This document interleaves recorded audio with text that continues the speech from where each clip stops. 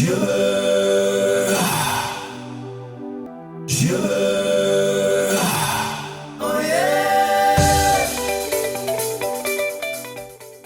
me start by thanking the African Committee of Experts on the Rights and Welfare of the Child for inviting and giving me the opportunity to share my views at the opening ceremony of this 39th ordinary session in my capacity as the chairperson of the PRC subcommittee on human rights, democracy and governance. It remains a cause for concern that among the 50 member states that have ratified the charter, only 41 have submitted a report on its implementation. As the chairperson of the subcommittee on human rights, democracy and governance, I encourage member states to abide by their reporting obligations. I also call on those that have not ratified the protocol to give it priority. Excellencies, ladies and gentlemen, children often face increased risk of harm during armed conflicts and crises. These violations include, but are not limited to, recruitment by armed forces or groups, killing and maiming, rape, sexual violence, abduction, attacks on schools and hospitals, and the denial of humanitarian access.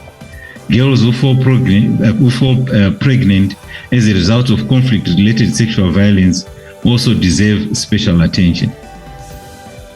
Those women, girls, and their children often face stigmatization, discrimination, violence, legal barriers to their rights, and health challenges for many years, in some cases for their entire lives. Unfortunately, the perpetrators of these violations hardly ever face justice.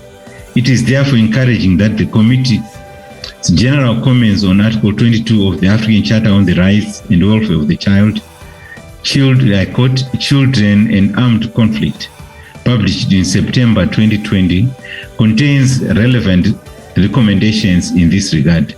I encourage member states to consider them favorably. The African Committee on the Rights and Welfare of the Child, along with other African Peace and Security Architecture members, should collaborate with the Political Affairs, Peace and Security Department in the consideration of policies on child protection in African Union peace support operations and maintaining child protection in African Peace and Security Architecture by the Peace and Security Council on 29 March 2022. In conclusion, the Subcommittee on Human Rights, Democracy and Governance will maintain its engagement to support the African Committee of Experts on the Rights and Welfare of the Child in their effort to protect the rights and welfare of children in these trying times. I thank you.